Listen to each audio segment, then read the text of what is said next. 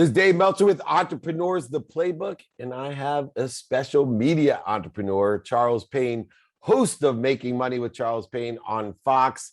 Welcome to the Playbook, Charles. Thank you. It's a pleasure to be here. I'm going to start off with one of my favorite topics about Playbook, and that's making money, because money to me and my relationship to money has changed drastically over the years. I was blessed to make a lot of it out of law school. Had none of it when I grew up. And I think that's a beautiful combination, to grow up with nothing and then make a lot of money. And then even to lose it again, over $100 million just to make it back. So my relationship with money is an interesting one. I was wondering how you and your relationship with money has evolved into, being one of the most notable people who share how to make money with us. There's some irony to your story that you just mentioned, because I grew up for the most part without any money. I had two childhoods. One was a good one in terms of financial. We weren't rich, but I grew up on Army bases. Everything's paid for. You have a house, you have a car. You just never think about money. Then I grew up, my parents divorced and separated, and we were completely flat broke. And that was the first time I even knew about money, knew how important it was, knew that you could actually go through winter without heat or hot water, like all the things I assumed and just took for granted. So I had a sort of interesting childhood that kind of taught me the importance of money at a very early age. And that's when I decided I was going to work on Wall Street at an early age as well, because I knew I was the oldest. I knew I had to help. I knew I had to support. So I was blessed to be able to go through that. And like you, I made a whole lot of money. At one point, my net worth was 275 million. Then it went down a lot. Dang, if that market crash would have been 1 year later. Right. Me too. I'm with you, my friend. What's so funny about it though, Dave? I tell people all the time, back then, we're talking like 2000. I was getting way too wild. I wasn't the person my mom raised. And a lot of it was all the money I was making. And I think, if I would have been able to cash in all 275 million, and the person I was then was not good. So, I probably needed a comeuppance. I needed that sort of humiliation to remember where I came from and the obligations I've been taught and feel I have. So, I'm doing extremely well right now. And my relationship is I try to share. I try to, help people. Of course, I help family members, but I also get great joy out of helping strangers. Probably the best thing that I do is me and my wife every year in the holiday time, we go to all these stores, like the Kmarts of the world and the Walmarts of the world. And we always go to the layaway department, and I ask for the list of all the people who have toys on layaway. And Dave, I can't tell you, the first time I did it was about 9 years ago. My wife had a heart transplant operation, and she had to go to California to get it. It was the first time they ever allowed anyone to go from New York to California, not on the list in California, to go there and get a heart. And so because she went to Cedars, she had to live there. So I had to get an apartment in West Hollywood. And we were there for a few months, right? I was going back and forth. And I'd been thinking about doing this for years, and that was the first time I actually did it. So we took a big wad of money, I think like 25 grand in cash. We went to the Kmart near, not too far from the apartment. And after maybe the second person, I couldn't take it. I cried so much. These people are so grateful for 300 bucks. I don't think a lot of folks understand that it's just amazing. So we do it, we didn't do it last year because of COVID, but when we do it, I give her all the money and I walk away. I go play with the toys. I can't, because I hate seeing people that poor. When I was a kid, one time we, it was so weird. I don't know why, even though we lived in this sort of squalid conditions, no heat sometimes no electricity, we would have to take an electric cord and plug it into a socket outside of our apartment to get electricity, that I never felt poor. And I always kind of felt bad for my neighbors. And one night we were eating dinner and I couldn't eat, I just didn't feel good. I didn't feel well. And my mom said, "What's wrong?" So I it was my turn to do laundry that day. So, you know, we had 3 boys. So when it's your laundry day, it's your laundry day. It's the whole damn day. And so I'm in the laundry mat, and the day it's almost, I'm the last person there. Sorry about that. I'm the Yeah. last person there, you know, waiting for all the dryers to finish. And the guy who was in there, he was like a Central American immigrant. He was cleaning up the place, and he found a doll that had been ripped up. The arm was out the socket. He was sitting there and he was fixing it. And he says, and I said, "Oh man," I looked at him. So what are you doing? He said, "I can't wait to give this to my daughter." And the smile on his face. So, you know, just what people take for granted, the smallest things economically could be the whole world to them. So that's my relationship now. I'm trying my best to get people to learn that they can do it, that there are obstacles. I'm not one of these guys, oh, you know, capitalism's amazing and there's no obstacles, just, you know, do A, B, and you'll get C, because that's not always the formula per se, but you can make it in this country. And I want everybody to go for it. Well, first of all, you know, thank you for your service, both in the military, outside of the military, for what you do. And our lives do parallel, because the one thing that almost made me cry is when you said, I wasn't the person my mom raised me to be. I can barely say that without choking up, because that's exactly what happened to me. Even moreover, my mom, when we had nothing, right? You're talking about 6 kids, 5 boys and a girl, packing my dinner in a paper bag, just working 2 jobs as a 2nd grade teacher, filling up turnstiles at the 7-Elevens with greeting cards just so we could eat. So I know that, but she would, when we got a toy, she would make us give a toy away to a needy kid. So I didn't know I was needy. I just knew people had things that I wanted. So I was going to be rich enough, for example, to buy my mom a house and a car, because other people had houses and they had cars that didn't break down. And I wanted to buy both for my mom for everything that she did. And I carried that forward as well. And I had the same experience. You know, I sat there one time and said, I want anyone to see me, but can I watch? That was the dumbest thing I've ever done. But they give all at Christmas, they give all those toys away to these kids who actually appreciate them, which is where I came up with, you know, don't take for granted what other people are dreaming or wishing for. And it's a motto in my home, because I want my children, you know, I can't teach them how to be poor, you know, and so I want my children to know we're not going to take for granted the fact that we're breathing, the fact that we live in this country with, it's not perfect, but I promise you, I've traveled the world like you, Charles, and you know it. There is no other country in the world that you can come in here, not speak the language, not have a dime, maybe have a pair of shoes, and end up being the richest man on earth. And this is the country that still provides that opportunity. You got to go do a lot, but it's going to happen, which leads me to my next question. One of the things that I learned through my journey was knowing beforehand my timing and risk tolerance. And I've listened to a lot of your shows. You're a killer anchor. I learned so much by listening to you. But you talk about the difference between investing and prospecting. You talk about understanding your own situation, your own timing, your own risk tolerance, which I think is a big, crucial step in the financial success you've had, where other people lose so much in the market. You're able to keep on winning by knowing your timing and risk tolerance and utilizing the market makers, and the margins to do that. Right.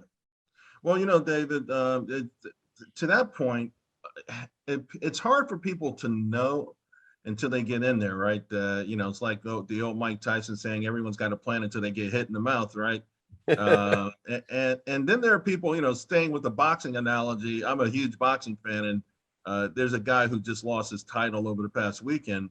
And the thing is, this guy was like the biggest dude in the world, but he's afraid to get hit. And so consequently, he lost because he never threw a punch, because he didn't want to counter punch. And the reason I think it's relevant is we have to take a certain amount of risk, and we have to get out of our comfort zone. And I think the thing is, let's try to be as realistic as possible with any of this stuff. Now, when it comes to the stock market, everyone tells me that they're an investor until the stock goes down. So, and then they bought ABC at 20, and then all of a sudden it's $15. And a lot of times they'll sell, take a loss, lick their wounds, and say, I'm never doing that again. And I've seen this happen a gazillion times over and over throughout my lifetime. And that's what breaks my heart, is that there's just so many of these ideas that, you know, your risk tolerance is your risk tolerance, but it doesn't mean the world's going to agree with it.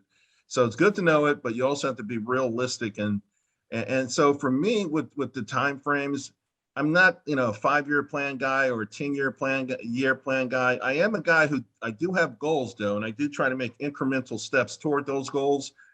So occasionally you're going to have a pullback, and that's at the time to make the decision, because nothing's going to be a straight line. So, all those pullbacks is when people have to decide, this $20 stock that I told everybody I fell in love with the company, so I'm buying a stock. Do I sell it simply because it went to 15? Is the company different? Are the opportunities in the future different? Is it down because maybe the market's down? Is it down because some firm on Wall Street downgraded it? Does it really reflect the value there? And the same thing with your personal goals in my mind. You take 3 steps up, this 1 step back. Does that mean your goal is not achievable, is not worthwhile, is not worthy of you? And for the most part, the answer is almost yes, stick with it. So, now if you're just going on a flyer, like you didn't do any research, you didn't do any due diligence, then yeah, you probably should have a place where you don't let it get out of hand. So when people say, where should I sell my stock? I always tell them it depends on why you bought it.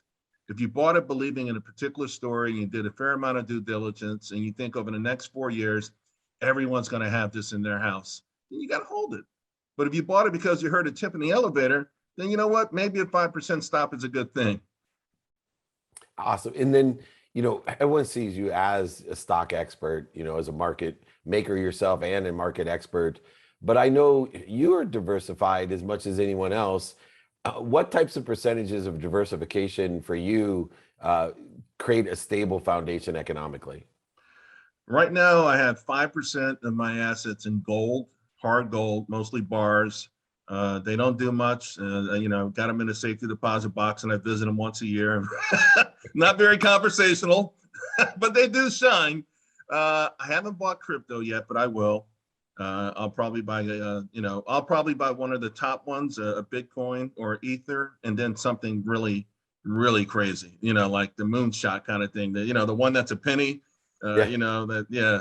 And I probably would make that 3% of my investing. Collectibles are about 5%, mostly watches. I'm a watch fanatic, but I also have things like action figure dolls. I've got 2 Biggie Small dolls that are about 25 years old that I know are going to be worth a fortune. I might be in the market for one. Oh my, forget it. These things, I should get up and show them to you. That's cool. They're right over there. So those things are phenomenal. And art, I'm an artist, but I don't draw. I just don't have the time, and I wish I did. Maybe that's something I'll do when I get older. I'll go back to it. I went to high school for art and design in New York City. So I just got a great piece from this artist named Alec Monopoly. This thing is so funny, so groovy. I'm telling you. And after that, it's all stocks. So, it's. What about your home? What about your home? Any real estate? Yeah. My home, I got an amazing house it's so funny you mentioned that, because I didn't even list that as an investment per se, but obviously it's a cornerstone investment for most people. It's an amazing house, and it's an expensive house, so that's definitely up there. And that rounds it out. Nice. And then, those are the hard constructs. By the way, I need to make an introduction. I own Harlem Standard. I'm an investor in Harlem Standard, a great whiskey company, which is right up your alley, because I think you were born in Harlem. I was. We gotta get you involved as an endorsement. Oh my goodness, yeah. Yeah, we'll give you a call. But that leads me to the next side of it. We got to the hard construct, but faith in investing and faith in yourself. How does faith intertwine in the investment side of your life? Not the personal side, but the actual investment side. Does faith have any play? Faith with respect to me as an investor is still mostly leaning toward me. In other words, I have faith that if I do the work and I stay committed, I'll achieve. I think the market becomes pretty easier certainly, when you do the work and you have faith in that work. It kind of gets back to the other part of the conversation with how do you hold, particularly when the stock is down. Faith in the system itself. I always tell people the stock market is the greatest money-making machine ever. Outside of the short time frame that Pablo Escobar was able to make a lot of money off of that crop. Right. There's nothing that's been consistent long-term that creates fortune. You pick up a Forbes 400, what they all have in common, is it always goes back to that the company, the stock value of their company, right? Or their portfolio. So I do have faith that the stock market is going to continue to go higher as mankind, particularly Americans, get a chance to create the next mousetrap. You know, one thing I've been talking about on my show lately are these moon shots. You know, robots, artificial intelligence. They've been talking about investing in immortality, right? The metaverse, which, by the way, I'm not going in that bad boy, but I'm going to invest in it because I know everybody else will be there. I've seen The Matrix, all 3 movies. I ain't getting in the Matrix. I'm not getting in the metaverse, but I'm going to definitely own stock in it. So I'm gonna own the biggest house. I'm gonna own a big house in the metaverse. Oh, you like the metaverse, huh? Yeah, I'm not gonna live there though. I'm just gonna rent it out. There you go. So you know, so I do have faith in the stock market, but my whole thing is always you got to buy individual stocks. In other words, you know, it's sort of a farce. Like even on any given day, the S&P today was up 3%, and guess what? If you look inside the S&P, you're like, golly, 2/3 of the stocks were down. Why was it up? You know, well, 5 stocks represent 25% of the index, right? The Dow Jones Industrial Average is weighted towards share price. So if the biggest price stocks in there go up the most of them can go down. So it's so disingenuous. So I'm not big on, you know, the S&P and the Dow. I am really, really, really big, and I pound the table. Find these individual companies, find these names, these amazing, miraculous names. And they don't always have to be changing the world. You know, in the last 13, 14 months, one of the most impressive stocks in the market has been the flip-flop, the ugly plastic shoes. I just got a mental block. Oh, Crocs. Crocs. Yeah. Up 1,200%. Up 1,200%. Everyone on Wall Street walked away from the company. They walked away from the stock. Up 1,200%. So they don't always have to change the world, right? But so that's where my faith is. I do the work and myself, and I do believe, and I've seen it. It's happened over and over again that the market generates wealth unlike anything else that's ever been created. Well, that certainly is a military vision to gotta take care of the feet. No wonder it went up 1,200%. So last question. I'd be amiss if I didn't ask, you know, just as a life advice, not necessarily, I don't want any economic advice. What's the best piece of advice for life that you've received, or one of the best pieces of advice that you could think of? You know, I mean, you mentioned faith before. Overall, I think, you know, faith, and, you know, a lot of people talk about that, obviously. I think, at least from my point of view, one of the most important aspects of life is to always be able to marvel and always ask questions. I think being inquisitive is so important. You know, asking questions and seeking answers, it just makes life amazing. Every day I try to learn something new, and that just makes so much difference in my life. I love that. Asking and being curious, creative, collaborative, especially asking for help through that radical humility that you and I both together, we have really hit the jackpot on reinvesting in ourselves. And Yes. Charles, you've been with Fox a while, but I didn't even realize that we have a 25th anniversary of Fox. What's that mean to you? To be a part of something so established? Truly, you know, you're an anchor, but they are an anchor in our lives with money, with finance, with everything. They're a cornerstone in American history. You know, David, I think the most important thing for me is that Fox gave a voice to the voiceless. That before Fox, the news was all about what the elites on the East Coast were thinking, the elites on the West Coast were thinking. And, you know, you never knew about what the folks in Idaho were thinking. You never knew what was happening in North Dakota. You never understood the pain and suffering, perhaps, of someone in the Rust Belt.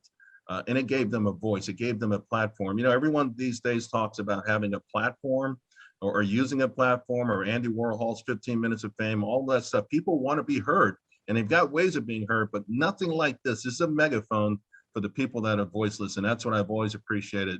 And I think it's probably, for me at least, the biggest contribution of Fox is how it's made more Americans count than that counted before with respect to the media, particularly the news media. Yeah, I remember I was like, how the heck, there gonna be 4? There gonna be 4 channels? Oh my God, I'm older like you, right? Remember, you're like, 4 channels? How's this gonna work? David, when Neil Cavuto left CNBC to go to Fox, I thought he was nuts. I did too. I did too. But I thought he was once nuts. again, radical humility. I'm ignorant and humble, not arrogant anymore. So I don't think anybody's nuts. I would have thought Bezos was nuts if he told me to be the richest man from selling books out of a garage. Yeah, What do I right. know, right? So, but you also have something, talking about being a voice of the people. You're doing a town hall on November 9th. What's going to be the subject matter in participation in that town hall? I am so excited about this because it's about the individual investor revolution. Last year, more individuals came into the stock market than any year in history, and they are shaking things up. Now, I think a lot of it's going to be trial and error. Some of it has been already. The establishment hates them. They're trying to trip them up. And my whole thing is I want people to do well. I want people to change their lives. I want people to have changed the arc of their lives and their children's lives. So I have been so pumped. I started seeing it mid-year last year. I do a research business. I do a teaching business. And the business went through the roof. And then people were like, listen, this market crash, I've been watching this thing for a long time. Every time it crashes, it comes back. So people have been jumping in there, but they want to do it a different way. And they've been criticized and ridiculed because they don't want to go by the old, paint by numbers that Wall Street has already established. So we're going to discuss that in the future because this individual investor revolution is amazing. And I want everyone to be a part of it. I'm certainly going to be a part of it. And you're certainly one of what I call the Meltzer 1,000, because we're empowering people to make a lot of money, help a lot of people. And of course, you and I know this, have a lot of fun. Yeah. I can't wait to join everybody November 9th for the town hall with Charles Payne.